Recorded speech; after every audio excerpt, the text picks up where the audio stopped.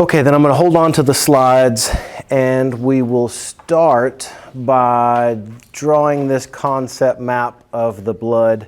And I'm going to do that on this side of the board, and I thought simultaneously, because I've always got a couple of pictures going in my brain, I thought we could draw the concept map and label, what is in the blood. And then at the same time, I'm going to try and do some type of visual sketch of what it would look like if we could look inside of a blood vessel. So I've kind of got the background of the drawing set up.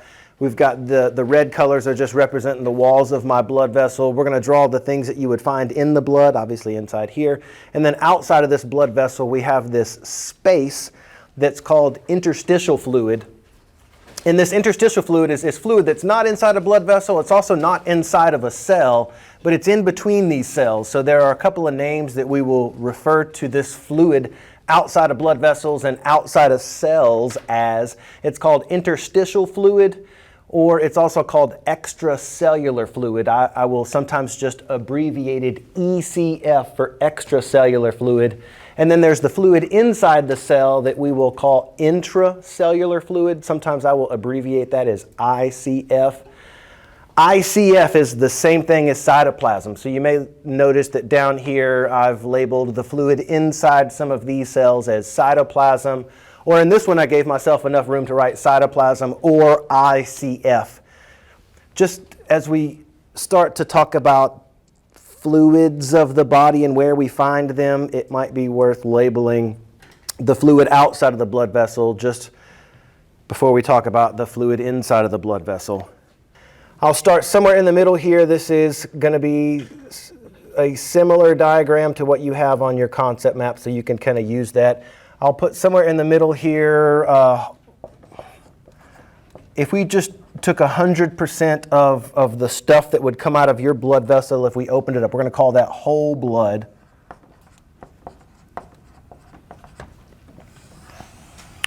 That whole blood would be split into two separate things.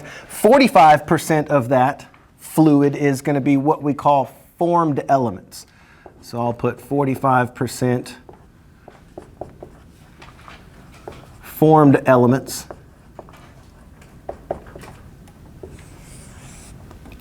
And then over here, the other 55% is going to be what we call blood plasma. Hopefully I've given myself enough room.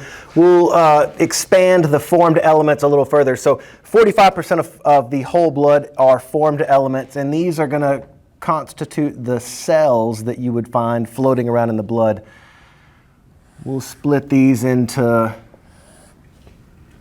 three types of cells that we have to know. The first group of cells are going to be the erythrocytes.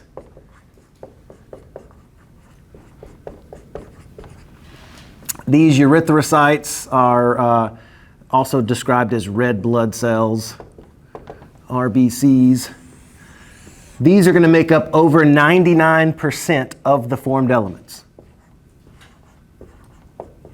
So most all of the formed elements are these red blood cells, but there are less than 1% make up these other two types of formed elements. The second one that we're going to mention are going to be thrombocytes.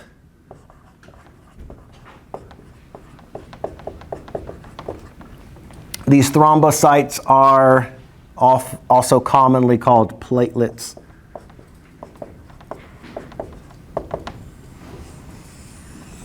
And they're going to make up less than 1% of those formed elements. Hello? You got the blood concept map from last time, right?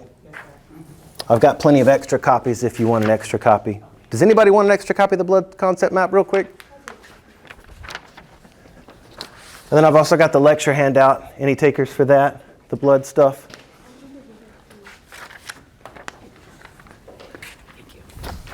Okay. I made extra copies of both, so if you want to grab one later, feel free to come grab it. So somewhere on the formed element side of our concept map of blood, we've got our erythrocytes, we've got our thrombocytes, and the last one are going to be the leukocytes. That we will commonly referred to as the white blood cells. These also make up less than 1% of those formed elements. But you'll notice on your chart, and I guess we'll go ahead and do this now. You'll notice on your chart, I tried to draw some type of extension onto that leukocyte branch, because as soon as we pull down our slides, we're going to have to be aware that there are 5 different types of leukocytes that we need to be aware of. I will attempt to draw this, even though I'm not going to be the best at freehanding this. I'm going to come down and we're going to separate this.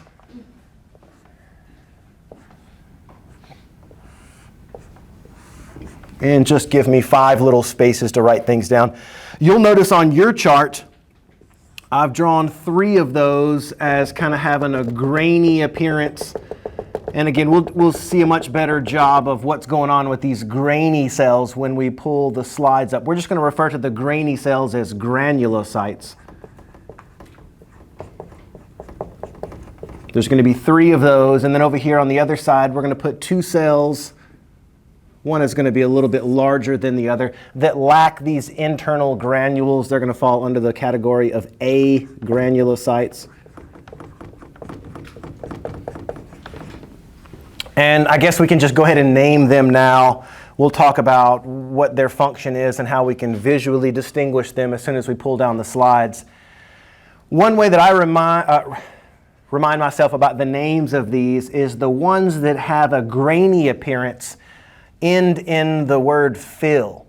So the first one that we're going to mention is neutrophil. The second one that we're going to mention is eosinophil. And the third one is a basophil. And again, hopefully I'm writing large enough where you can see those things. The next 2 that we have to introduce lack the grainy appearance, and they're also not going to have this "phil" on the end of their name. The next one, I'll just maybe kind of write this at an angle so that we can distinguish it. This small agranulocyte is going to be our lymphocyte. And that's not very descript. We're going to see 2 types of lymphocytes later on when we get to the immune system. We're going to see B cells and T cells. Both of those B cells and T cells are types of lymphocytes that have to be trained in terms of whether they're going to do cell-on-cell combat, the T cells, or whether they're just going to sit in the sidelines and produce antibodies and let those move through the bloodstream. Those are the B cells. Again, we just have to know lymphocytes at this point are the small agranulocyte. And then the other one, the large one that we see here that lacks a grainy appearance, is a monocyte. We're going to see these are capable of slipping out of the blood vessels and into the surrounding tissues. And they do what white blood cells do. They are part of the immune system. They monitor for cells that don't belong. And they are phagocytic. They can engulf foreign cells or foreign particles and break them down. Okay, we've got our formed elements on the board. Everybody doing okay with that? Then we'll go to the other side, which is the plasma. 55% of that blood is plasma, and if we separate the plasma out, we can do it in 3 compartments as well. The first one I'll put up here, this is just going to be water. And we're going to see water makes up 90% of the plasma. So it's mostly water. Let's do that real quick before I get too far down the rest of this thing. We've got our visual of a blood vessel. And so far the things that I have drawn are the formed elements. So we know we have things floating around here, the red blood cells.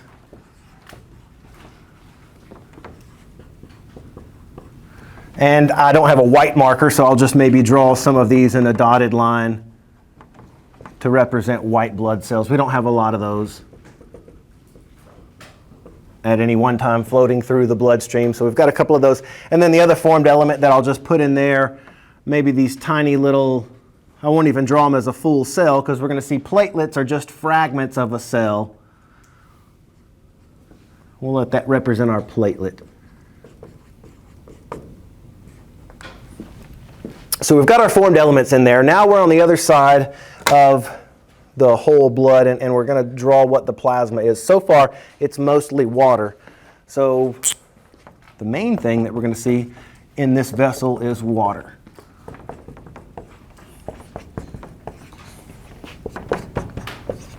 And I think we were starting to talk about one of these forces that we are going to mention going forward, this pulling force that some of the solutes are going to have in the blood vessels. We're going to call this pulling force that solutes have on water molecules and osmotic pressure. So these water molecules, you're going to find them out here in the interstitial fluid. You're going to find them inside cells.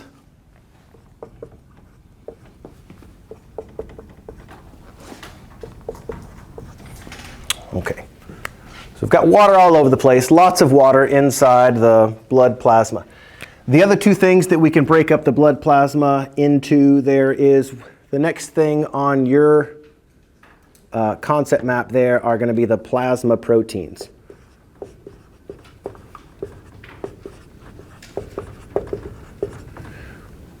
We're going to see these plasma proteins are going to make up about 8% of the volume of plasma.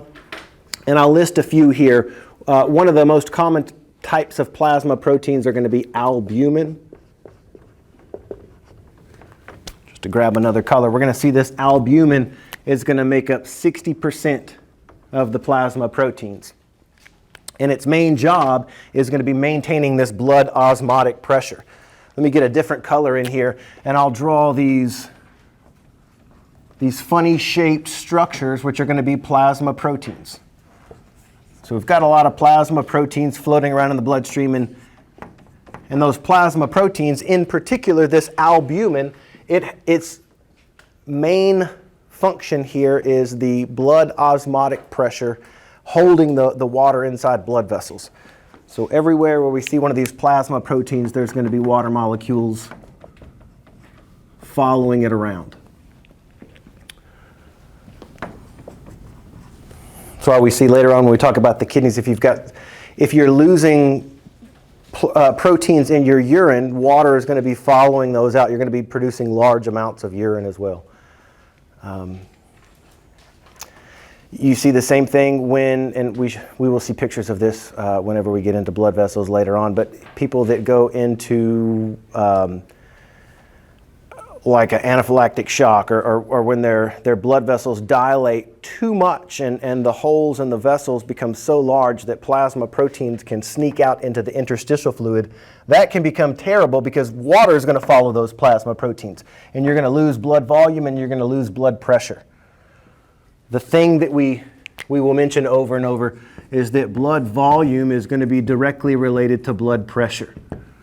So if we add water, if we add volume to the blood vessel, this is going to increase our blood pressure. If we start to lose water, lose volume, it's going to decrease blood pressure. Anyway, back to this. Albumin, that's one of those plasma proteins. There are some other plasma proteins that I could also draw in here. I'll put them a little bit smaller, and I'll just draw them as a little rounded structure. These plasma proteins can act as antibodies. They can act as transport proteins. I'll just label that. Maybe with a little asterisk on it. Those little dark circles are representing these globulin proteins. Globulins are going to make up about 36% of plasma proteins. And I mentioned they act as transport proteins or they act as antibodies. Maybe worth a little bit of a review from last time. Last lecture we were talking about the endocrine system, and we said hormones are either water soluble or they're lipid soluble. And if the blood vessels, if what we have inside the blood vessels is mostly water, water-soluble hormones are going to easily travel through the bloodstream, no problem, because it's mostly water-based. Lipid-soluble hormones, however, if you've done dishes or something like that, I have one right here. You can see lipids and water don't want to mix, so these would be the lipid-based hormones, and this is mostly just water with some food coloring in it. And you can imagine that the lipid-soluble hormones are not going to want to travel very easily through the bloodstream. And they wouldn't if it weren't for the fact that some of those globulin proteins, they act as transport proteins. So if we will, you don't have to get up. Now that it's in a COVID thing, we'll just do this by distance. But if you were a lipid-soluble hormone, you couldn't just get up and move around through the classroom very easily without the help of some type of transport protein. So sometimes what I would have done, if I were a transport protein, I would have come over there and we could have locked arms, and then together we could have walked and traveled through the bloodstream to the target cells that you need to go to. As long as you're attached to a transport protein, you can move easily through. Otherwise, lipid-soluble hormones are going to have a hard time. So transport proteins and antibodies are two functions of these globulins. Again, a common plasma protein. The last one that we're going to mention is fibrinogen. Fibrinogen is going to be what is the plasma protein that is responsible for blood clotting. It makes up about 4% of those circulating plasma proteins.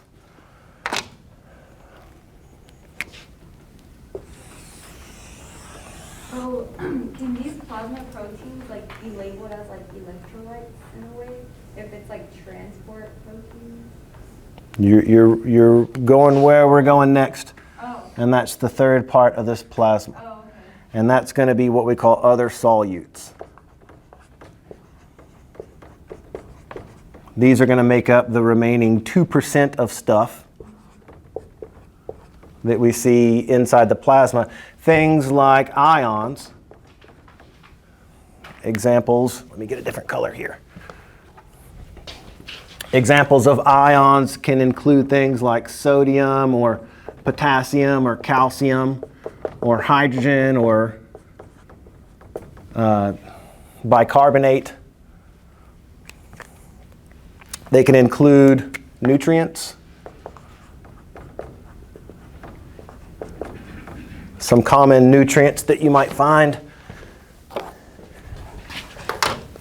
in the bloodstream are glucose, obviously.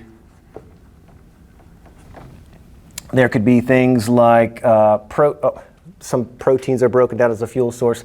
There are lipids that float around in the bloodstream, these low-density lipids or high-density lipids. That makes me want to come over here and catch up. So we've got our glucose floating around here. We know if we have too much glucose, that's going to trigger those beta cells to start pumping out insulin. We could have things like those low-density lipids, depending on the quality of fats that we're eating. And in addition to nutrients, there are also wastes. An example of waste would be when we break down proteins, urea is produced. It's a nitrogen compound the kidneys have to get rid of. There are also hormones, like the ones that are not protein-based. We've got those lipid-based hormones moving through the bloodstream, and vitamins. So there are your vitamins and other things, minerals that you might be taking.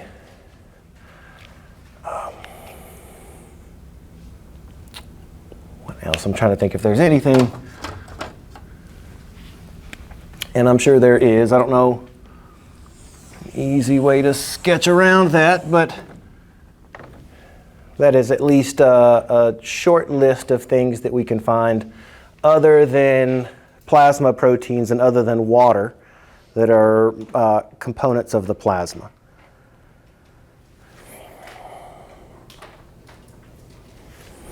Here's, I guess, what I wanted to say. And the theme that I mentioned earlier, that any of these things, like the plasma proteins or the glucose, for example, these are the things that I didn't add in here, where all of the ions, like sodium, maybe we eat a big salty bag of potato chips and we've got a bunch of extra salt in the bloodstream. We've got potassium ions. There has to be proper amounts of calcium ions. There's obviously going to be some hydrogen ions. All of those things, all of those ions, all of the plasma proteins, all of the nutrients, they exert this pulling force on water molecules.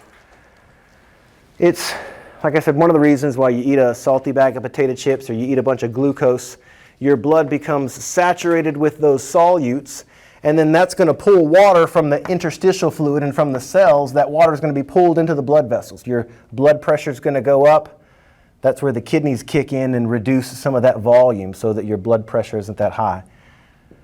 That's why for me, I haven't been to the movies in a long time, but I used to get a big salty bag of popcorn and I would start mashing that salty bag of popcorn and drinking a big gulp or whatever it is. And I couldn't even make it through the movie before I'd have to go to the bathroom because my blood volume, again, has been filled with all of the glucose and all of the sodium. Water's being pulled into my blood vessels.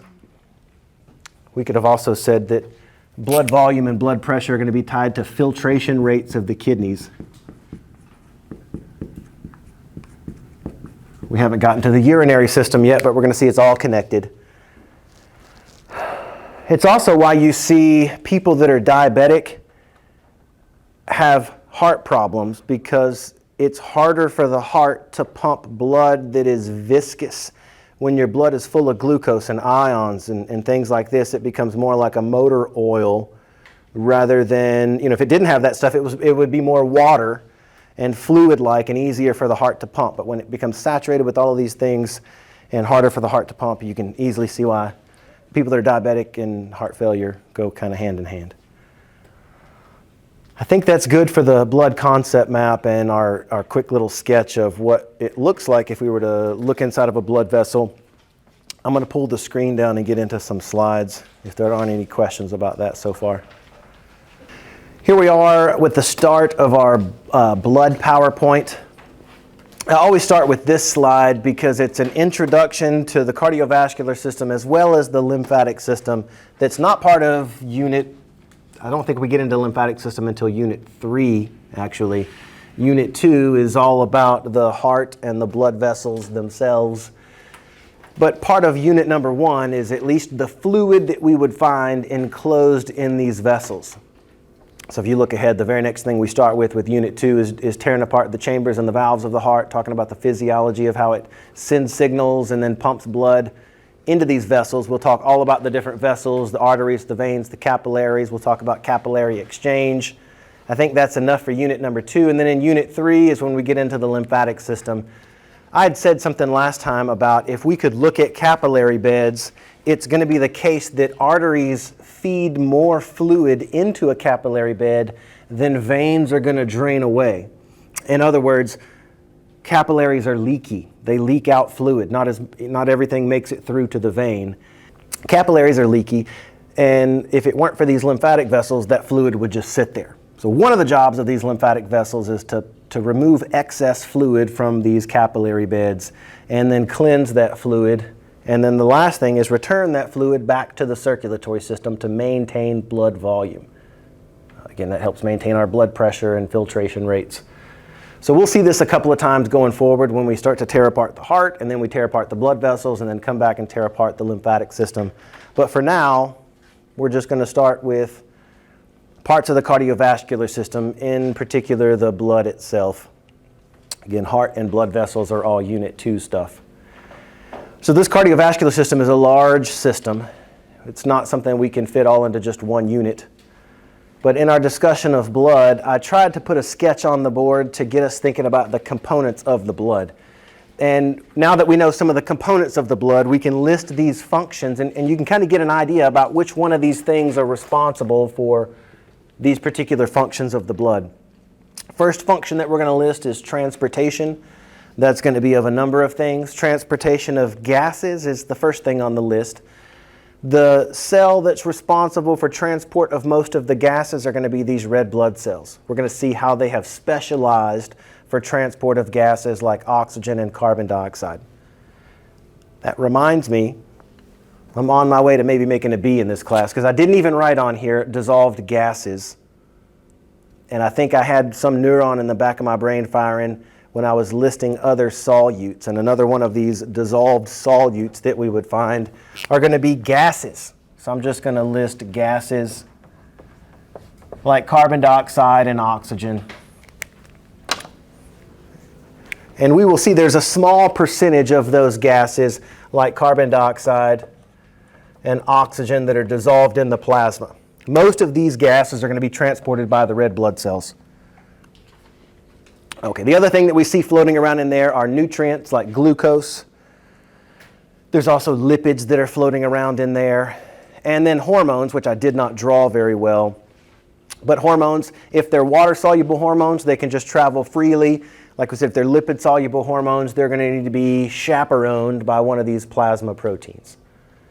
So transportation of nutrients, hormones, and gases. The second thing that we can list as a function of blood is going to be regulation of multiple things. The first thing that the blood regulates is temperature, and this is obvious. You know, it's cold outside now, and if we were to stand outside in the cold without any coats or anything on, our body would start to pull the blood away from the surface and towards the core to keep our core organs warm. And that would cause our face and our ears to look pale because there's lack of blood flow to the surface. And that's where you can get frostbite and things like that on the extremities. So the opposite is true. If we were working out or running up and down and getting really hot, the body would try and cool off by forcing more blood to the surface. You see your face is red and your ears are red. So by pushing around where the blood is in the body, either in the core of the body or in the shell of the body, it can help regulate body temperature. The other thing that it has to tightly regulate is the pH of the blood. We know that one of those ions floating around in here are going to be these free hydrogen ions, and we need some of those, but we don't need too many. So they're tightly regulated, and we're going to see some buffers, some chemicals that are floating around in the bloodstream that can help regulate the amount of free hydrogen ions. So we need to regulate the pH of the bloodstream. And the other thing that I was mentioning there is the blood osmotic pressure.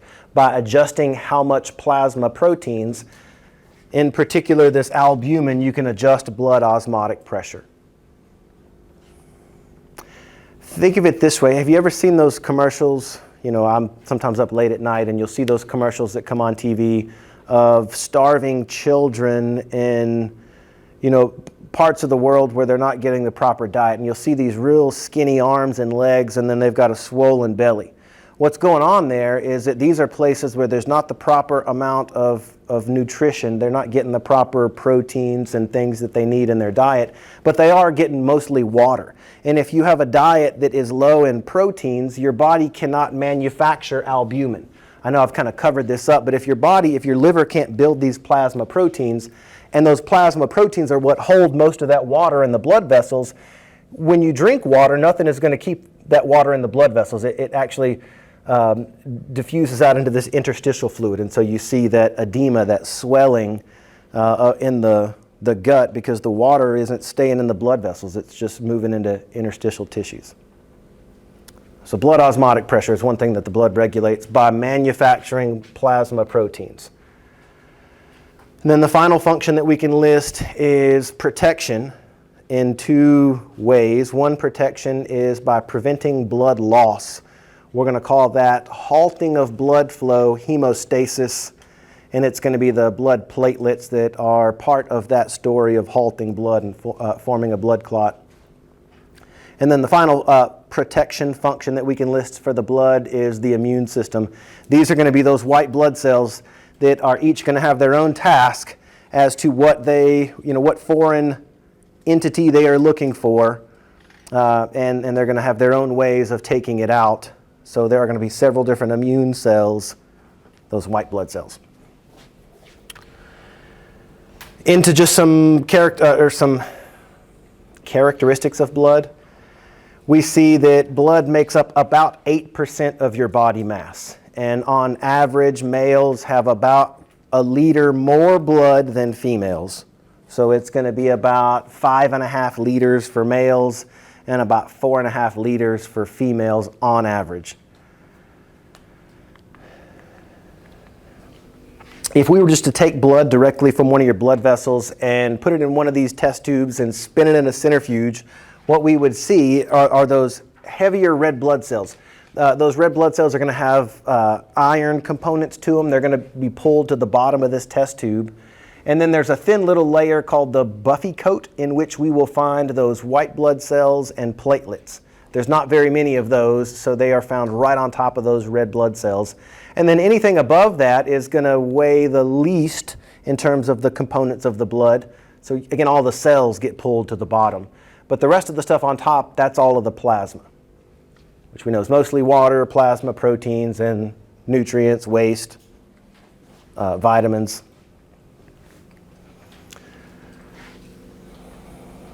This is just the same thing that we have on our board, but we can see if I left anything out. We know plasma, this stuff up here is 90% water, 8% plasma proteins, with albumin coming in as the dominant plasma protein, followed by the globulins. Again, albumin is maintaining blood osmotic pressure.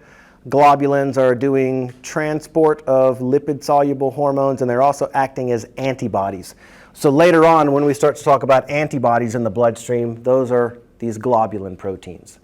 And then we briefly mentioned fibrinogen as part of the plasma proteins responsible for this clotting process. They're involved with platelets whenever we get to hemostasis. Then the other components, I think I got them all now. We have ions, and there's a list of several ions on the slide. I listed some of them on the board. Nutrients would include things like glucose. Waste would include things like urea. We've got gases like carbon dioxide and oxygen, and then hormones and vitamins. Okay, got the list all the way. This is just what happens when you take somebody's blood and you let all of a blood clot form, and you remove all of the formed elements. What you're left with is just the plasma itself, referred to as serum, or serology would just be studying this blood plasma and the stuff in it. Now, as we start to zoom closer into a sketch of what's inside one of these blood vessels, we can start to make out for the first time these red blood cells that look like little biconcave discs, or like a hockey puck that's got a little sunken in middle region. We can see a lot of these red blood cells. They're the dominant thing on the screen. There are a few of these leukocytes, or white blood cells, and then you can also make out some of these fragments of cells that we're going to call platelets. This one's obviously extremely zoomed in and has been artificially colored. The ones that we're going to look at look more like this. So we should be able to pick out the different types of blood cells from an image like this. And the first thing that should be, picking your eye up are all of these dark staining nuclei in these white blood cells. And then we can see a couple of platelets over here, these little fragments of cells. So there's a lot going on here, but what this slide is wanting us to look at are all of these red blood cells. You can see the dominant, like we said, over 99% of these formed elements are these erythrocytes. And the function of these erythrocytes is going to be to carry around oxygen and carbon dioxide. We'll see how they do that when we look inside of them. They're specialized to do so. They have actually become so specialized that they have pushed out any other organelles that used to be inside these cells. They no longer have a nucleus. They no longer have things like mitochondria that would be using oxygen. And instead, they've become specialized, just little bags of hemoglobin that are a molecule that picks up oxygen and picks up carbon dioxide and moves it around the body. Since these things don't have a nucleus, they're not going to be able to divide, so their days are numbered. They have a lifespan of about 100 to 120 days, depending on how hard you are on these cells. So we can see males again have anywhere from 5.1 to 5.8 million red blood cells per squared millimeter of blood. Females have about 4.3 to 5.2 million red blood cells per squared millimeter of blood. And again, their function is going to be gas exchange and gas transport. I guess I will say one other thing that these red blood cells do. In addition to transporting around gases like oxygen and carbon dioxide, it has also been shown that they carry around glucose as well. Here's what these things look like if we can look closely at them. They're cells that no longer have a nucleus. We no longer see any other organelles in there that would be trying to use oxygen. So they're going to be very effective at carrying it around and not wasting it. But the downside is that they can't replicate themselves. So we said their days are numbered. Old red blood cells are going to get filtered out by the spleen, and new red blood cells are going to come from bone marrow, that red bone marrow.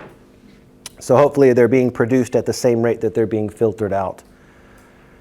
What else did I want to say about these red blood cells? I mentioned in addition to carrying oxygen and carbon dioxide around, they also carry glucose. And normally these things are flat discs like this that have that sunken in center. And I don't know if there's a slide coming up that shows red blood cells in a vessel. If not, at some point I'll look up a video. There's videos where you could shine a camera into the back of someone's eye. It's one of the only places you can see blood moving through blood vessels without having to be invasive in somebody. And when they look at capillaries in the back of the eye, you can see these red blood cells having to line up like single file and squeeze through these capillaries, because capillaries are very thin, just wide enough for these red blood cells to squeeze through in a single file line. So you see like a stack of 12 of them stacked up like a sleeve of donuts that are being pushed through these capillaries. And that just shows you how small these capillaries are. And where I'm going with this is that, again, we said they carry around glucose as well. If glucose is in high levels in the bloodstream and these red blood cells are absorbing glucose, it causes the shape of this red blood cell to change into a spherical, like a beach ball shape, rather than a hockey puck shape. And what is detrimental about that is that red blood cells are barely big enough to fit through those capillaries when they're disc shaped. And then when you swell them up with glucose to this beach ball shape and they're forced through those capillaries, it shreds those thin little capillaries. So people that are diabetic for long periods of time that can't regulate their blood glucose levels, in places where there's lots of capillaries in the body, those capillaries get shredded. So the hands and the feet and the eyes and the brain, these are all places like the kidneys that have lots of blood vessels, and those just get shredded. Anyway, red blood cells, they carry around oxygen. They also carry around glucose. When they carry around glucose, they can swell up, and that's going to shred capillaries. Here is inside a normal red blood cell. It's typically just a bag of this molecule that we call hemoglobin. You might remember it from a 1406 class. It was a good example of a quaternary protein in which there were 4 of these tertiary proteins put together. To explain that further, a tertiary protein is just a protein that has a 3D shape. And proteins, when they finally have a 3D shape, that means they can be functional in the body. And this one little protein, this 3D shaped protein, could function all by itself to carry around oxygen. In fact, you have in your muscles these things called myoglobin, and myoglobin is a single tertiary protein that's got a little heme site in the middle that you can see oxygen. When it binds to that heme site, it causes this molecule to change shape a little bit, and it actually kind of hugs or holds onto that oxygen. And once it moves into tissues that need that oxygen, the oxygen will diffuse away, and this thing once again is opened to receive more oxygen. In hemoglobin is 4 of those tertiary proteins put together, so it can carry around 4 oxygen molecules. And there are trillions of these hemoglobin molecules inside each of those tiny red blood cells. So they're real good at carrying on these gases like oxygen and carbon dioxide. I feel like there's more coming back on those red blood cells, but we'll skip to introduce white blood cells real quick. Again, remember red blood cells' function is transport of gases, and they also transport things like glucose. Here we're switching gears to white blood cells.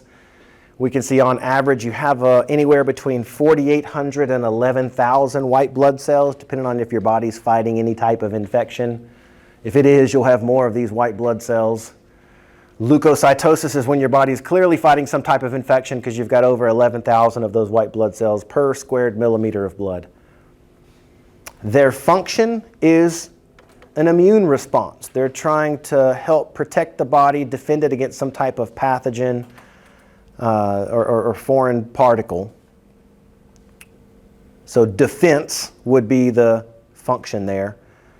They travel not only through the blood vessels, but we're going to see some of them like those monocytes. I think I might have mentioned that the monocyte is one of these white blood cells that can sneak through the walls of the blood vessel. This is the wall of the blood vessel.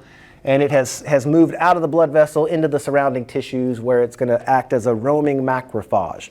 and look for things that don't belong. You have these on the surface of your lungs that we're going to call them alveolar macrophages that clear stuff off, any debris off the surface of the lungs. We see them in liver cells too. In fact, this is a model of liver tissue, and later on when we get into the digestive system, we'll look at this model, and these are hepatocytes of the liver. When we look closely in these little capillaries of the liver, you can see these little star-shaped cells, those pink ones right there. Those are going to be monocytes. We're going to call them Kupffer cells, and they just hang out and look for any type of things that don't belong that might be coming through your bloodstream. Maybe just a fun additional side note. You remember last time we were talking about a portal vein. These are the only two portal veins we see all semester. There was one between the hypothalamus and the anterior pituitary gland. The next one, and the only other one that we see, is between the small intestines and the liver. So that means there's blood that goes directly from the small intestines over to the liver. We will learn that the liver stores nutrients from your meals that you eat. So sometimes you see things on the news where like they've recalled lettuce because of something's on the lettuce and it's causing people problems. The stuff that you eat is absorbed by blood vessels in the small intestines and then transported by that portal vein from one capillary bed to the capillaries in the liver, and it's the liver's job to see what is coming in through the bloodstream. And that's what those Kupffer cells are doing. They're frontline defense against any of these bacteria that might come in from things that you eat. Anyway, quick side note. The next slides introduce us to the different types of white blood cells, and we have listed them on the board already. We know there are 3 grainy ones that end in a phil: neutrophils, eosinophils, and basophils. And then the 2 that lack a grainy appearance are the lymphocytes and the monocytes. Also, just because I think there's some questions in the lecture handout about this, if you are ever asked which one of these white blood cells is the most common or which one is the least common, you can put them in order from most common to least common if you remember a funny acronym that, we've got it listed right here. Actually, it's not listed at all in the proper order. The acronym is Never Let Monkeys Eat Bananas. I know that's weird, because you should definitely let a monkey eat bananas. But never let monkeys eat bananas. That tells you, we've got the numbers here. So neutrophils are the most common. Lymphocytes are the second most common. Monocytes are the third most common. So never let monkeys. And then eosinophils and then basophils are the least most common. So an easy way to remember most common from least common, but we need to be able to visually recognize them, and then we also need to know from that other matching thing in the lecture handout what their functions are.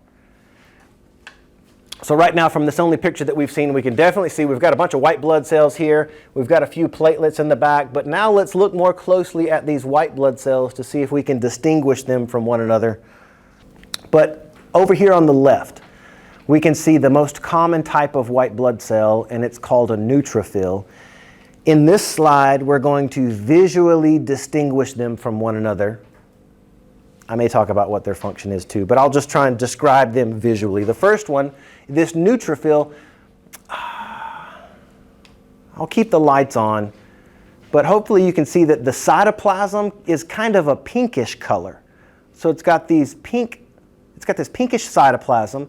We can see granules in there, but another kind of clue that we're looking at a neutrophil is that the nucleus has got multiple lobes in it. It's by far the most lobed nuclei of any of these white blood cells. I'm going to jump back to this picture right here, maybe. This thing always fools me. This is a nice picture where you can see how lobed those nuclei are. When you see multiple lobes in a nuclei, it's a dead giveaway we're looking at a neutrophil. And remember, neutrophils are the most common of the white blood cells, so you're likely to see a lot of those. The other 2 that we see over here, we've got a monocyte and a lymphocyte. And then just real quick, since we've got a bunch of cells on the slide here, just like I have on your concept map, I drew the monocyte circle a little bit larger. Compared to the adjacent red blood cells, monocytes are going to be 3 to 4 times the size of a red blood cell. They're the biggest of the white blood cells. Okay, so let's get back to this thing. We've got our neutrophil that we can see over there with the pink cytoplasmic granules and the multiple lobed nuclei. The second one on the list is called an eosinophil, and how I can easily recognize these eosinophils is that they are the only one that have these dark red cytoplasmic granules. So the cytoplasmic granules are kind of red, and then the nucleus is always bilobed. It's got these 2 lobes in it, and that's it. So we will see some other examples of eosinophils, but you can make out the double-lobed nuclei that's there. Jump into the basophil. This is another one of these grainy cells, and the grains here are larger than the other 2, and they also are kind of a dark purple color. So you can see those dark purple cytoplasmic granules in the basophil. And then the other note is that those dark cytoplasmic granules almost completely obscure the nucleus. So it's difficult to make out any nucleus at all in the basophil. Okay, then the last 2 to introduce in terms of their structure, these are the agranulocytes. And first off, the monocyte. That's easy to see because you can see just a really large cell. You can see this blue cytoplasm. It's much larger than the surrounding red blood cells.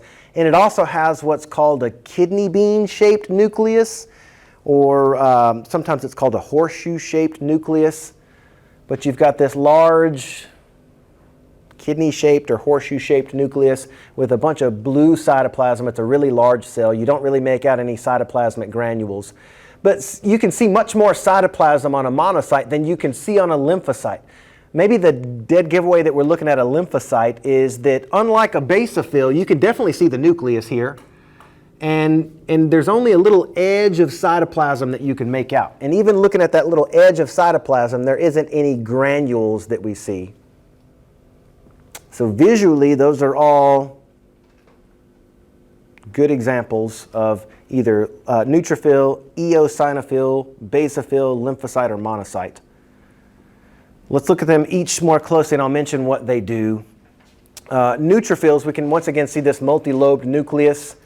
They're the most common of these white blood cells, and they're going to be the first to respond against any type of bacterial infection.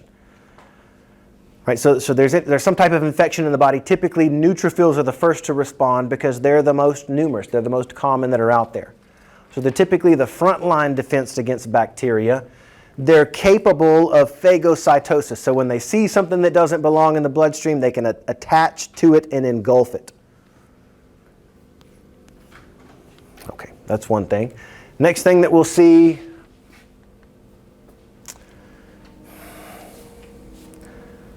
I kind of want to jump around, and I apologize. I'm just going to jump to this slide real quick.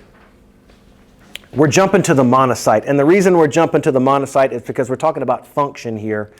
And it's also the case that the monocyte, just like the neutrophil, it's capable of phagocytosis. It can engulf things that don't belong. But the monocyte, remember, these are not as common as neutrophils, so they are typically referred to as the... They also respond against bacterial infections, but they're not the immediate response. They're the second wave of response that comes in. So neutrophils are first, monocytes are right afterwards. Because again, monocytes can roam around different tissues and help reduce any of these cells that are coming into the body that shouldn't be there. So monocytes and neutrophils attack the same thing. I'm going to go backwards on these slides. Okay, so again, neutrophils attack bacteria. They're the frontline defense against bacterial infections. They engulf what they can, and then monocytes are the second wave in. Jumping over to the next grainy cell that we have to know, these are the eosinophils, and you can see that bilobed nuclei and those dark red cytoplasmic granules. The job of these eosinophils are to respond to any type of parasitic worm infestation. The example that I like to use, and I'm sure my relatives are going to like that this is being recorded, but my uncle hunts wild game animals like deer and hogs and stuff like that, and then sometimes processes his own meat and puts it in the freezer.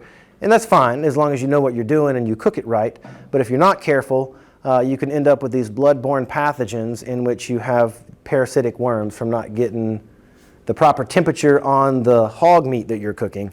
So if your body is responding to some of these parasitic worm infestations from eating raw meat, the white blood cell that is going to be elevated are these eosinophils.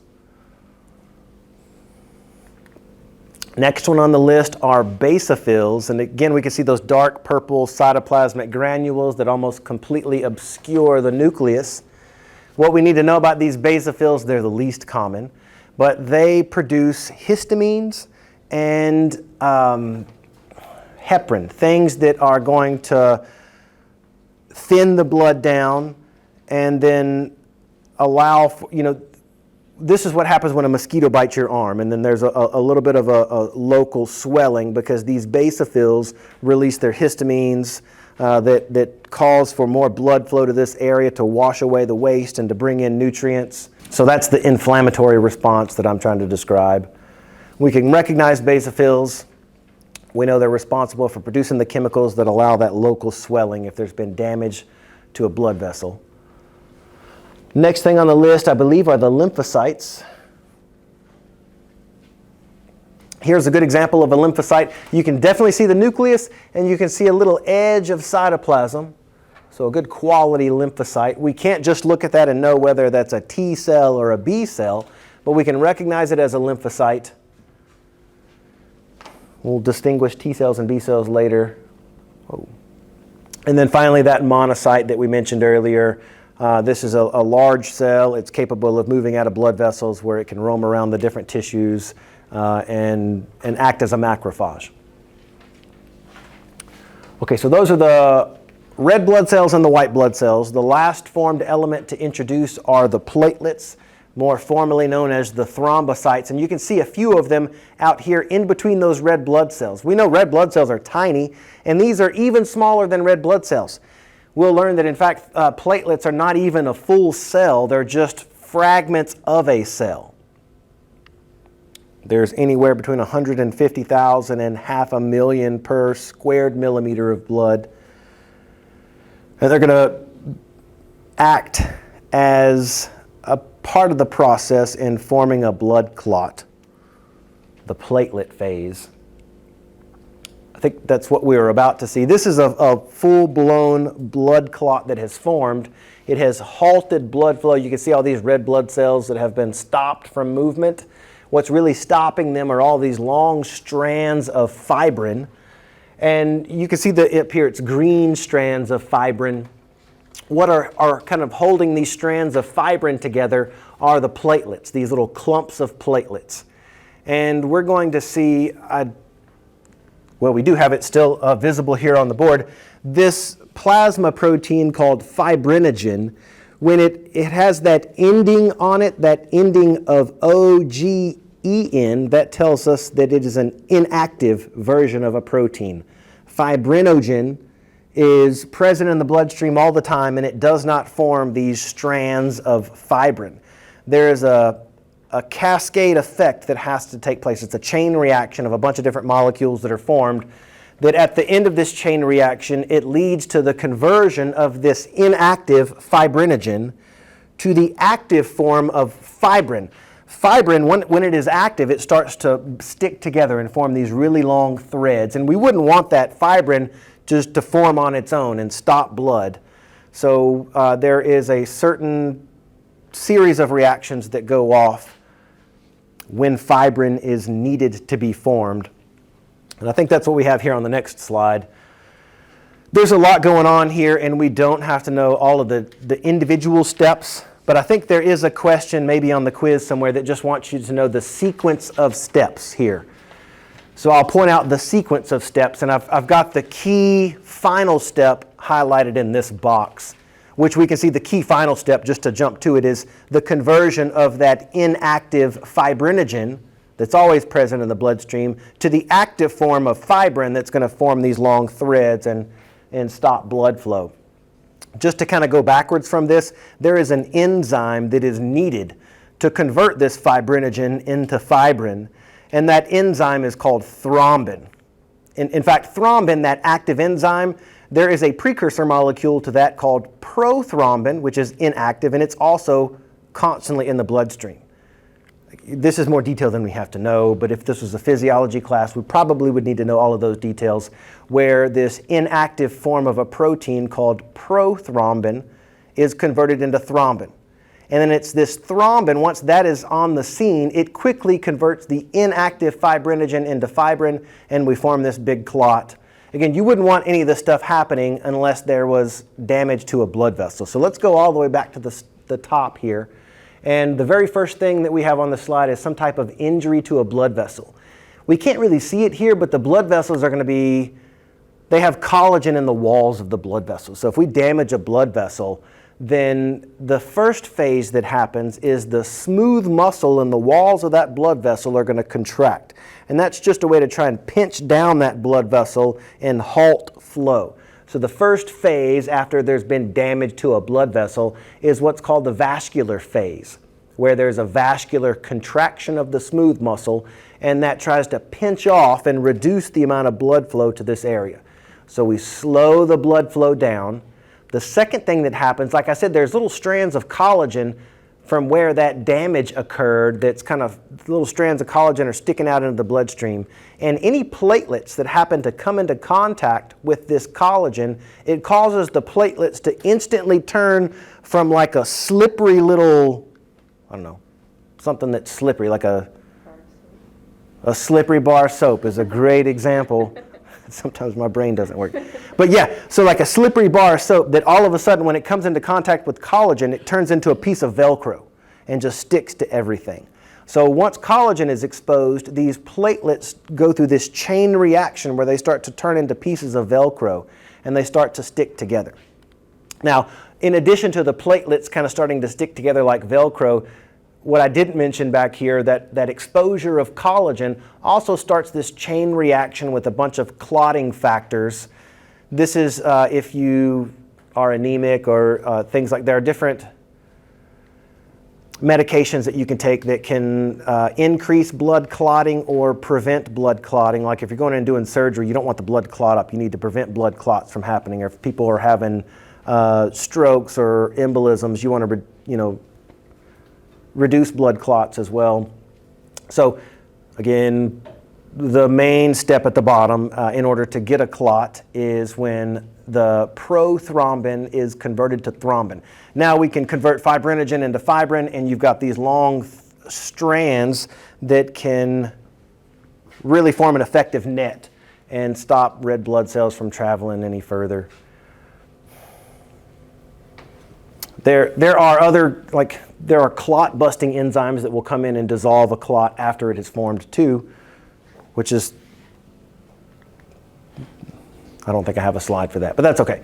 All I wanted to mention here is the sequence that occur when a clot forms. You've got the injury to the blood vessel, you've got the vascular spasm that tries to reduce the blood flow, that exposes collagen that starts this cascade of clotting factors, and it also causes those the platelets to become like Velcro and become very sticky and start to form this platelet plug. With the platelet plug and these long strands of fibrin, you eventually form the clot or that coagulation phase. Okay, past that into the next thing, which is where new red blood cells come from. In fact, all of the red blood cells and white blood cells and platelets, they all come from bone marrow. In particular, the red bone marrow. Yellow bone marrow was in the shafts of long bones, and it was mostly a lipid substance that was good for long-term energy. But red bone marrow is where we're thinking of for blood cell formation. You can even see that tiny little capillary that is sticking into this bone marrow. And if we look closely, you can see red blood cells, you can see some white blood cells that are being formed, and they're entering the capillaries right there in the bone marrow and moving out into circulation. So this is where red blood cells start. They're going to end their life being filtered out by the spleen. If we look closely at the hormones that are responsible for production of one blood cell versus the next, this is just an overview of blood cell formation, or those formed elements. The process of blood formation is called hematopoiesis, and this is an overview of the whole thing. We will look at this in pieces, but if we just start up here at the top, we can see this, what's called a blood stem cell. It is kind of a quasi-stem cell in the sense that it has already committed to being a type of connective tissue. And furthermore, it's not going to be connective tissue proper. It's not going to be supporting connective tissue. It's going to be a fluid connective tissue. And it just has not yet decided what type of cell it is going to be in this fluid connective tissue. If it's going to be a lymphocyte, if it's going to be one of these red blood cells or white blood cells or platelets. Let's start up here at the top and stop me if I'm stirring up any questions at all.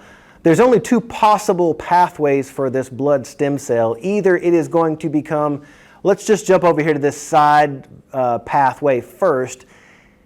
It may end up becoming a lymphoid stem cell. There's only two lymphocytes, the T cells and the B cells. All of the T cells have to travel to the thymus. It's an endocrine gland that sits on top of the heart. We've got a couple of heart models that show this thymus. In fact, when we get into the immune system and we talk about the formation of T cells and B cells, we'll talk more closely about this thymus.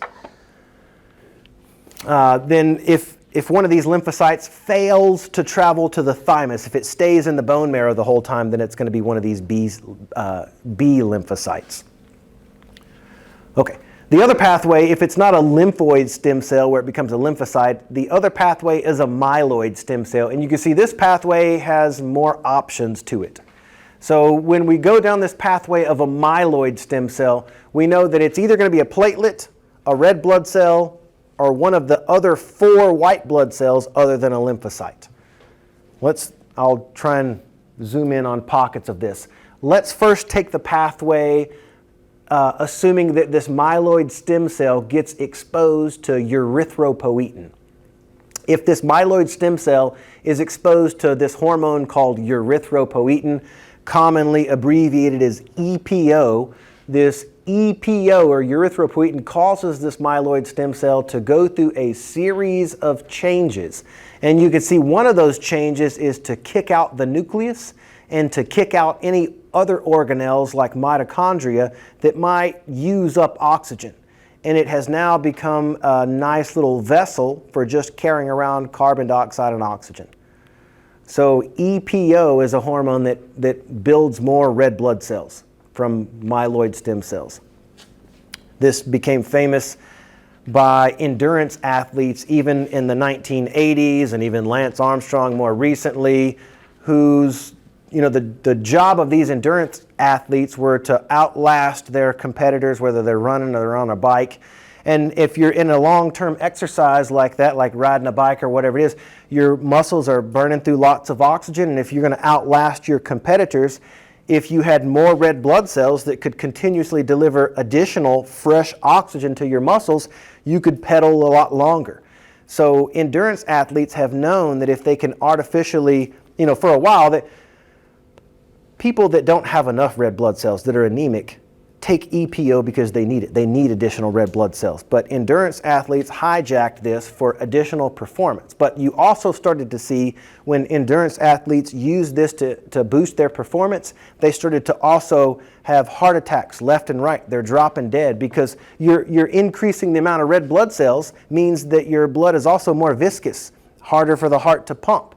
So that is one of the reasons you see at the same time EPO started to rise, heart failure started to rise in those endurance athletes.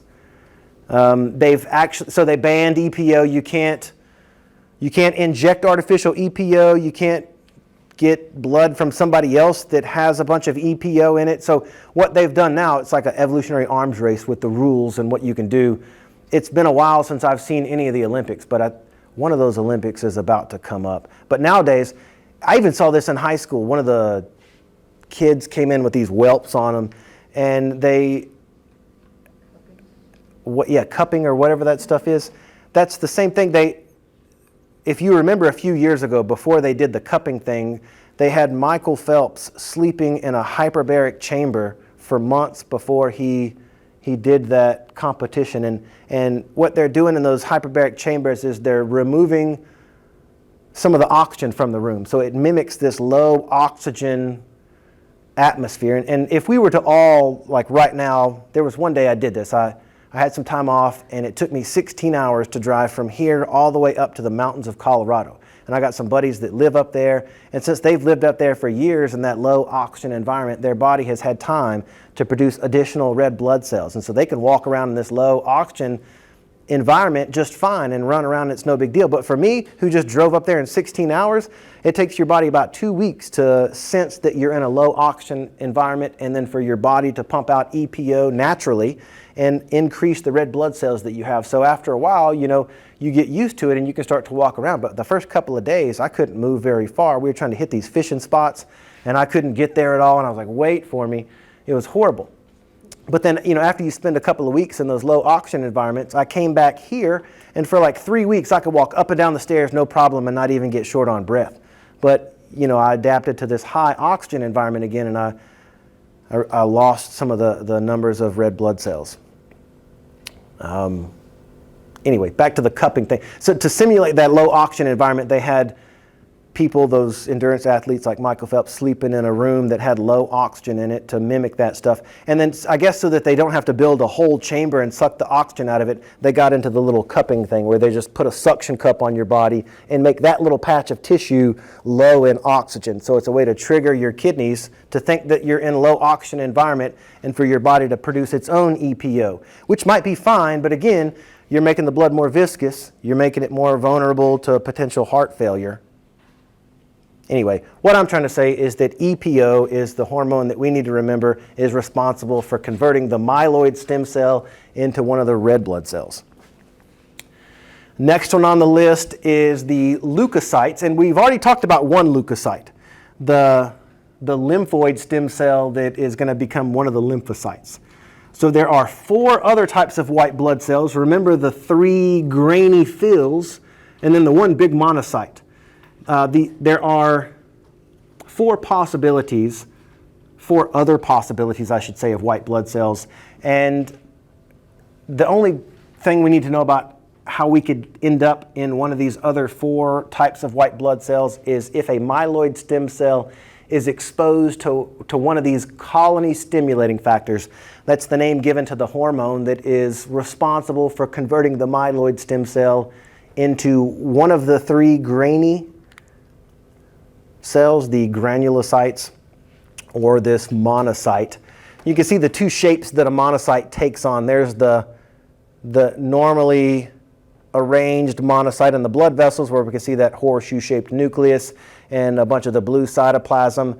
We know that this can sneak out from the blood vessels into the surrounding tissues, and in that case it acts as one of these wandering macrophages. We see it in the liver, you see it on the surface of the lungs. So again, colony stimulating factor can lead to one of the 4 white blood cells.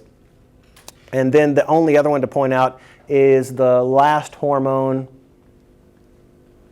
There it is, called thrombopoietin. Thrombopoietin, if we can bathe this myeloid stem cell in thrombopoietin, it is going to be converted into one of these thrombocytes. There is an intermediate step. There's this cell that starts to swell up. It's called a megakaryoblast. And this megakaryoblast starts to develop a very bad case of dandruff. It's called a megakaryocyte. And you can see it starts to slough off pieces of cytoplasm that are wrapped in a little piece of a plasma membrane. So those fragments of a cell are what we call platelets, and they come from this megakaryocyte, kind of flaking off pieces of its outer crust. There's something in the lecture handout where there's a question that wants you to know the white blood cells that are derived from myeloid stem cells, there are 4, versus the white blood cells that are derived from lymphoid stem cell. They're just the lymphocytes. Again, platelets and red blood cells are also part of this myeloid stem cell lineage. And we're familiar with the hormones thrombopoietin, erythropoietin, or colony stimulating factor for the white blood cells. I think that might be it for introducing the formed elements. That might lead me to the blood typing discussion. Let me see how I'm doing on my time. Not great, but we're doing okay. Quick questions real quick. What is this? Do we know this one? See some pink cytoplasm. I can see a multi-lobed nucleus. It's a neutrophil. That's a good neutrophil. We can see a bunch of red blood cells around here. Those are the most numerous. We can see a platelet there, and maybe some platelets down here. What about this big one?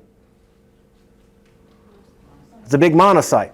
We don't see any grainy cytoplasm, and you can see it's clearly 3 to 4 times the size of one of those close red blood cells. Let's see if we got another one here. Well, these are labeled, so it's not a good review, but some good neutrophils. We can see multiple lobed nuclei. There's a good eosinophil with the bilobed nucleus and red cytoplasmic granules. There's that basophil with big dark purple cytoplasmic granules. You can't really see the nucleus. And then easy to see nuclei for the A granulocytes, just a little bit of cytoplasm for the lymphocyte, and then plenty of cytoplasm with the monocyte.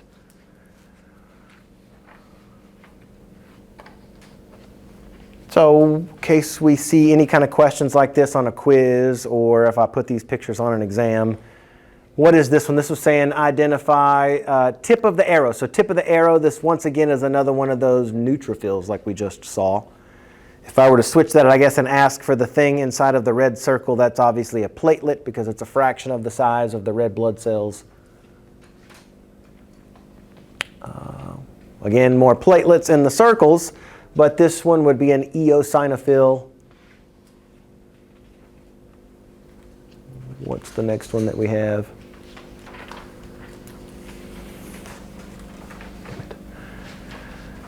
Two good examples of, what is this one? Anybody got a guess?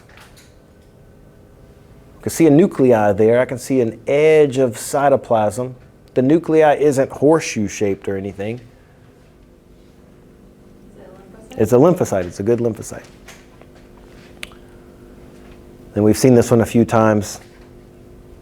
Monocyte again. What about that one? The arrow?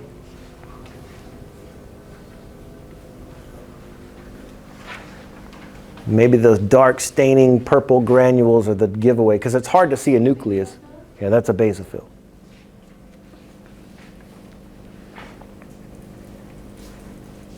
Come on. Oh. I've only got like 3 slides left, and this is where we get into the part of the discussion about blood typing.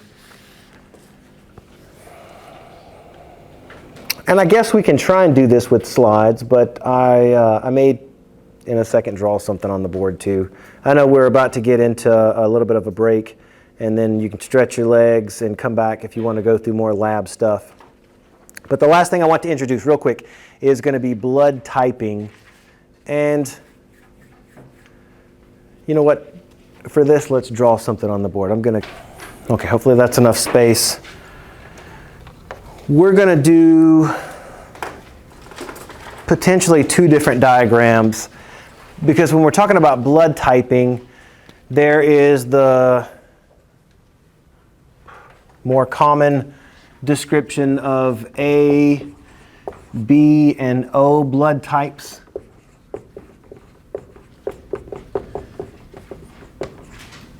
And then if I have time, we will come over here and we will talk about Rh positive or Rh negative blood types. We'll draw something different for that.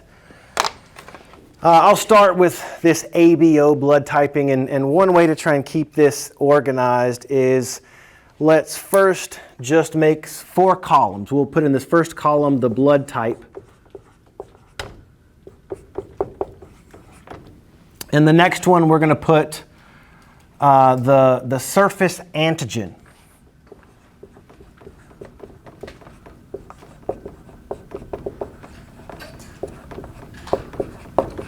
So this is where we get introduced to these terms antigen versus antibody.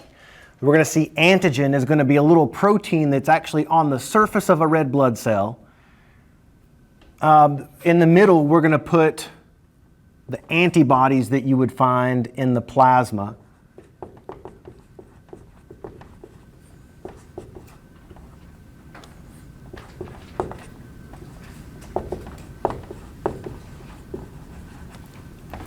So this, just to put these in some columns, our third column are going to be antibodies found in the plasma, and then the last one that we're going to put in here is I'm going to try and put a visual view inside the blood vessel. I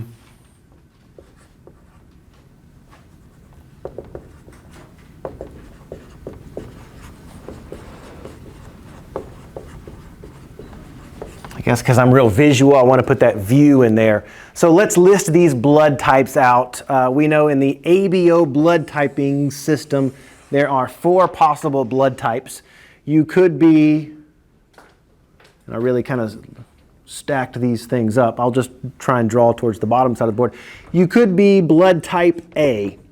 If you are blood type A, what that means is if we could look inside your blood vessels and onto the surface of your red blood cells, let's make that your red blood cell there. If you have type A blood, then you have on the surface of your red blood cells these little surface proteins that we're going to call antigens, and I'm going to mark that with just a little A.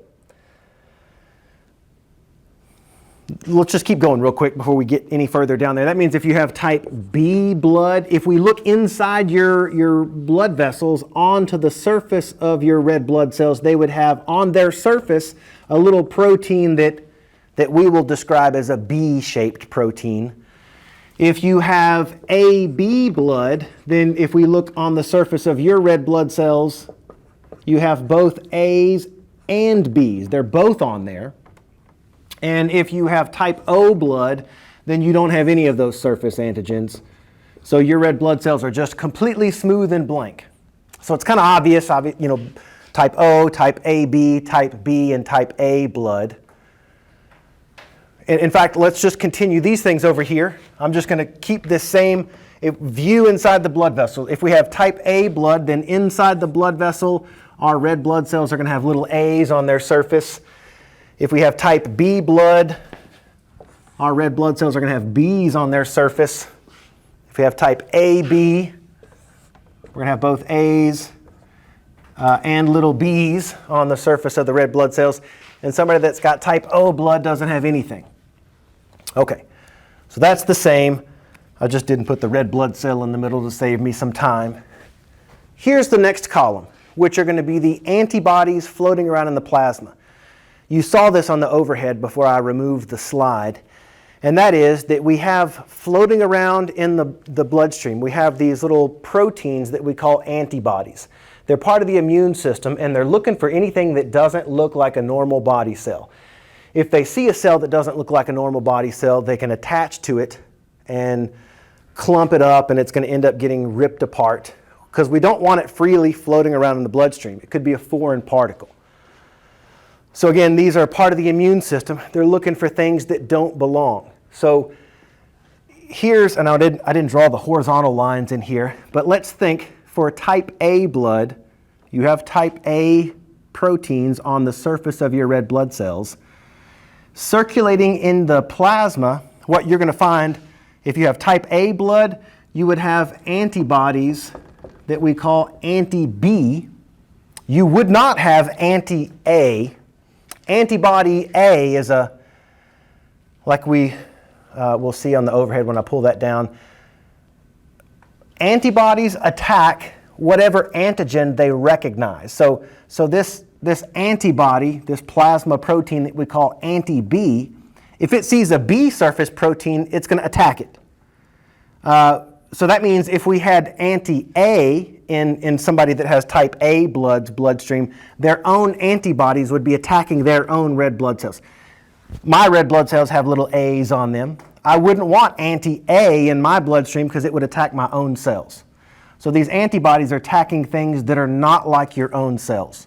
So if your cells have A on them, in your bloodstream you have antibodies that are looking for everything else. So if you had type B blood and little B's on the surface of your red blood cell, you would have the opposite antibody in your plasma. You would have anti-A. And I can try and show that from the view inside the blood vessel.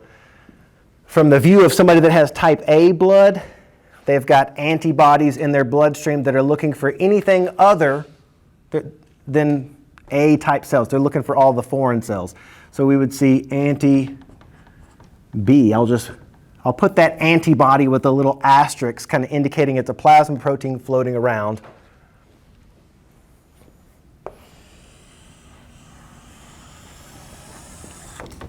That might make it a little bit more of a distinction, even though it's not a perfect line. Again, if you have type B blood, we would see the view inside your blood vessels. Your red blood cells would have B's on them, and then floating around between those red blood cells, we would see anti-A, an antibody that's looking for things unlike your own body cells. Here's where it gets a little confusing. If you have type AB blood, get that all the way across. If you have type AB blood, then you wouldn't want to have either anti-A because that would attack the A's, and you wouldn't want to have anti-B because that could attack the B's. So you've got none. You've got no antibodies in your bloodstream if you have type AB blood. That's why people that have type AB blood can accept blood from anybody. They don't have antibodies that are going to react incorrectly with any other type of blood. They're known as the universal acceptors with no antibodies in their bloodstream. And it's the opposite for people that have type O blood. If your red blood cells don't have any surface antigens, then that means anything that has an A on it looks different than your own red blood cells, or anything that has a B on it looks also not like your own red blood cells. So you're going to have anti-A and this anti-B. If we take a snapshot of what's going on in the bloodstream there in somebody that has type O blood, full of a bunch of antibodies, anti-A and anti-B, looking for any cells that don't belong. And it kind of makes sense because you wouldn't want, like we said in the previous examples, you wouldn't want an antibody matching up with its surface antigen. So you always see those not in the same box. So there's a question that I have built into this. And I'm going to let it hang there for just a second. And I'm going to erase that drawing, and I'm going to put up one more box of RH positive and negative, and that'll be the last thing that I'll draw. I will come back to this open-ended question, which you might already be thinking. Let's do another thing just like this, but instead we're going to do RH blood types. In the same box, let's put the same columns. Blood type. The next thing is going to be the surface antigen on the red blood cell.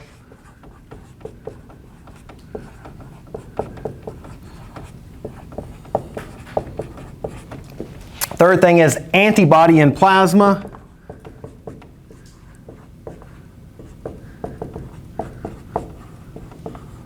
And then the last thing is the view inside the blood vessel. If I can spell.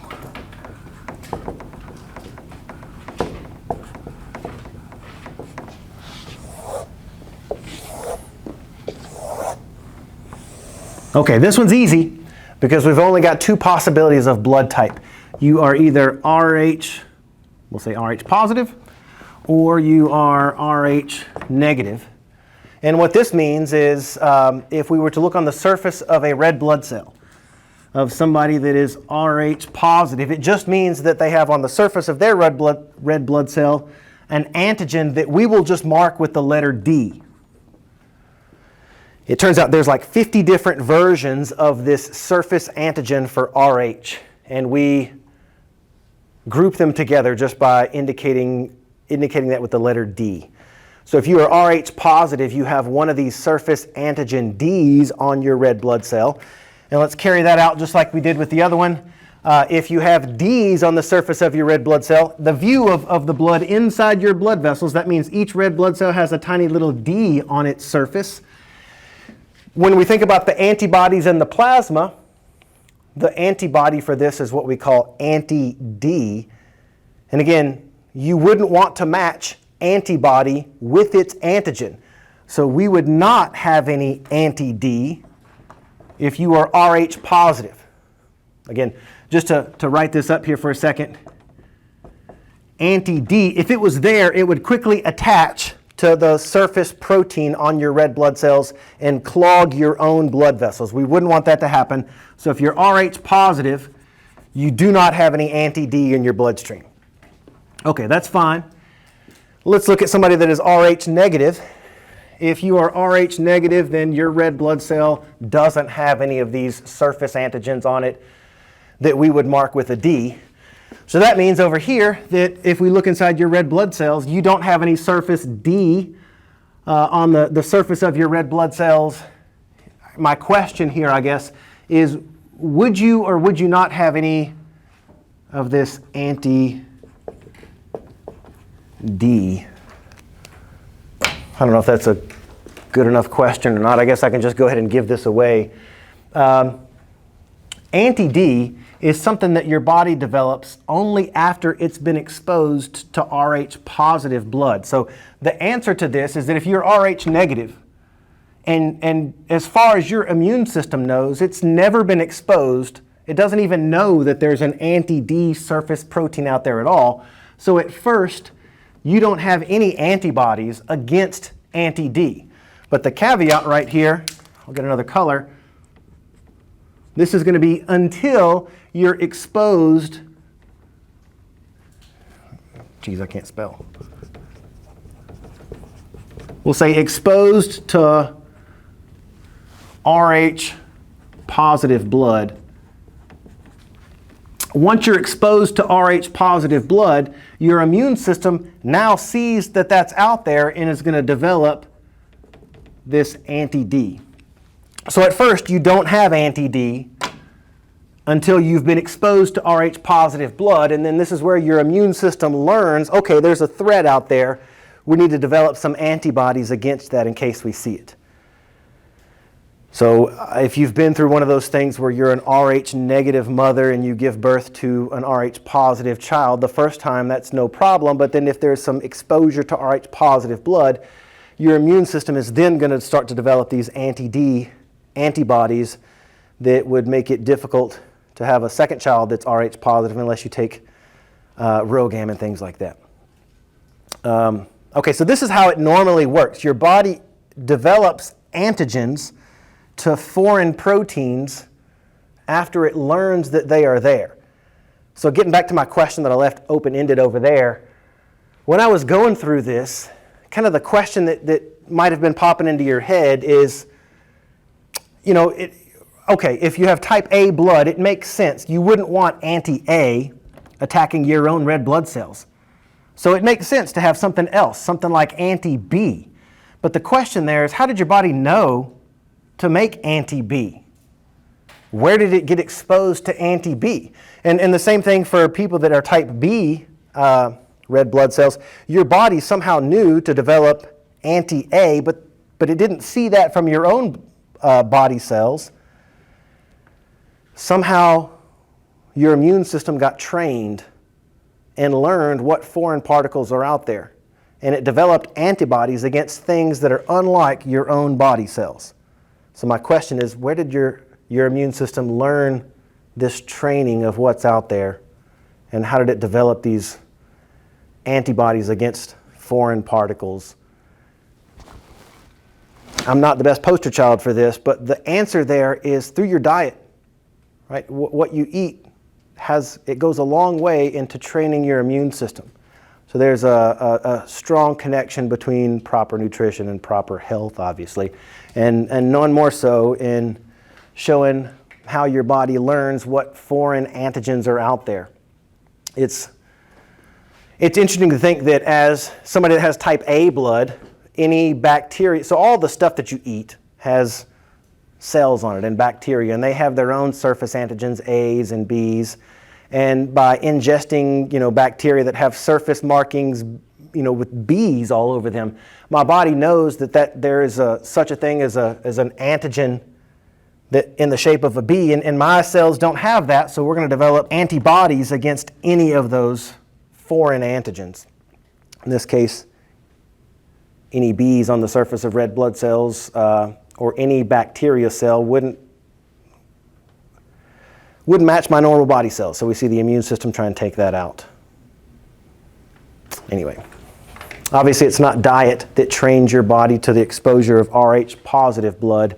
That would be through the birth process or blood transfusion or one of those things. Let me turn the slides back on real quick just because I wanted to show you the pictures of what I was attempting to draw. Okay, so this thing is going to wake up and it's going to pick up right at that slide that we left off, where it was kind of a decent sketch of red blood cells that they have surface markings on them. Instead of using the letters A or B, they're using little circles to represent A surface antigens and these little triangles to represent B surface antigens. But what you see in the clotting process is that A surface antigens, which they're marking here in a red color, they pair up with the complementary antigen. So A antigens and A antibodies are going to link up. That's why as somebody that has type A blood, I would not want anti-A mixing with my blood. Anti-Bs are not like my own cells, so they're not going to attack my own cells, but they're going to attack foreign cells. If you have, just to get those last two things, that's what I drew on the board, so you've got those slides. Just to get to the last two things here, which we had put on the board, if you have type AB blood, if you have both of those surface markers on your red blood cells, then you wouldn't have any of those antibodies in your bloodstream. If you had type O blood, no surface antigens, then you would find both antibodies in the bloodstream, because again, neither one of those would attack your own blood cells. This last slide that we have to see just shows how you can test blood typing. We used to do this back when we had labs where people could prick their own fingers and we can deal with blood. This stopped. I remember this was well before COVID. It was when that Ebola outbreak was, everybody was worried about that. I forget exactly when that was, maybe 4 or 5 years ago. So now we just have pictures to look at. But this is a card it's about the size of a notebook card, and its proper name is called an Eldon card. And what it has on there is inside these circles there would just be a little dried up patch of antibodies, and inside this circle there would be a little dried up patch of antibody A.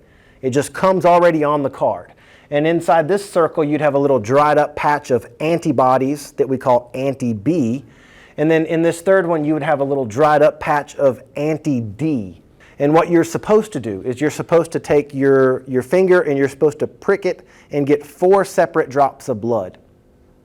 And I remember having to give detailed instructions about this, but we don't have to do it now. What we wanted to avoid when we were given these instructions is you didn't want somebody to prick their finger and then just mash their finger into the anti-A. Because then if you're like me and you have A surface antigens, if I rubbed my finger into the anti-A, I would get some antibodies into my bloodstream that would cause clotting in my body, and I wouldn't want that. So you're supposed to get the drop of blood and put it on a little, like a toothpick thing that had a blunted end, and you mix that blood in with the antibodies, and you just wait to see if clotting happens. And if clotting does occur, then you know that those red blood cells that you just mixed in there had little A's on their surface. And if there wasn't any clotting that happened here, then you know that those red blood cells didn't have any Bs on their surface. Otherwise, we would have seen clotting there. Here you see clotting in the anti-D group of antibodies, meaning that whatever red blood cells we put here also had those little surface Ds. So this was an Rh positive blood. This would be somebody that was A positive. And we don't have to do this, but the next slide shows us an example of all the different combinations that you would get out of one of these Eldon cards. You can see those little blunted toothpick type things that we would use to transfer blood onto those little circled areas. There shouldn't ever be any clotting that happens on the control because there's no antibodies there. If you do see clotting on the control, it's an invalid result. But you can see if clotting happens everywhere, that tells us that there were, wherever there was clotting, that tells you what surface antigen was also there. So this, if we go where here's one that has 3 clots and then a proper control, this is somebody that has to be AB positive. So they have A's on the surface of their red blood cell, they've got B's, and they also have the D surface antigen. The one that we just saw before was somebody that was A positive. You could be A negative, not have the A, but not have the D surface antigen, or any mixture in between.